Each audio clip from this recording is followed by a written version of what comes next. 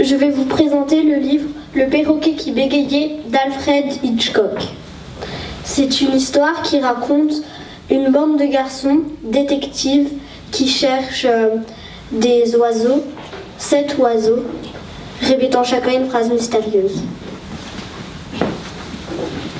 Cependant, il faut d'abord que je vous explique pourquoi j'ai agi de la sorte. Il me les fallait absolument, ces perroquets.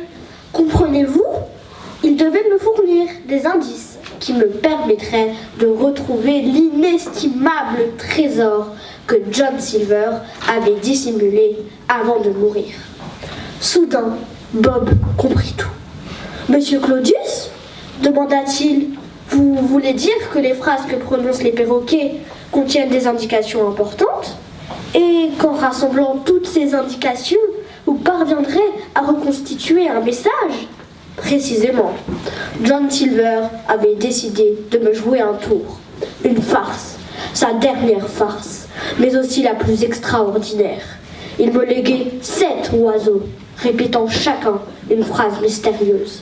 L'ensemble de ces phrases me mettrait à même de découvrir son trésor. Oh, c'était bien une idée à lui, ça.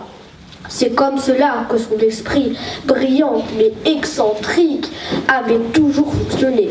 « Claude ?» interrompit Madame Claudius. « Les garçons comprendront beaucoup mieux si tu commences par le commencement. Et moi, je vais vous faire quelques sandwichs. Je pense que vous avez tous aussi faim que moi. » Bob et Peter constatèrent qu'ils avaient grand faim, en effet. Mais les émotions leur avaient fait oublier les sollicitations de leur estomac. « C'est en Angleterre que vous avez rencontré Monsieur Silver ?» questionna Bob. « Oui, répondit Monsieur Claudius. Vous le savez peut-être. J'achète et je revends des raretés artistiques. John Silver était mon employé. C'était un homme plein d'humour et d'originalité. Il avait toujours été obligé de quitter ses emplois antérieurs, à cause de cet humour, précisément. Lorsque je l'ai rencontré, il gagnait sa vie en vendant des devinettes à des journaux. Comme il était très cultivé, je n'ai pas hésité à l'engager. Il se rendait dans les ventes aux enchères pour y acheter des objets intéressants.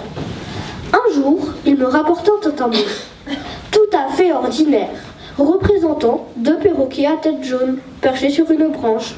Cette chose-là lui avait coûté beaucoup d'argent, de mon argent bien sûr. Vous me connaissez, hein. Je me suis mise en colère et je l'ai flanqué à la porte. John Silver, à vrai dire, ce n'était pas son nom véritable, mais le pseudonyme sous lequel il était connu, me déclara qu'il était persuadé que les perroquets ne formaient qu'un revêtement. Dessous, il y avait un autre tableau. Les perroquets avaient été peints par-dessus.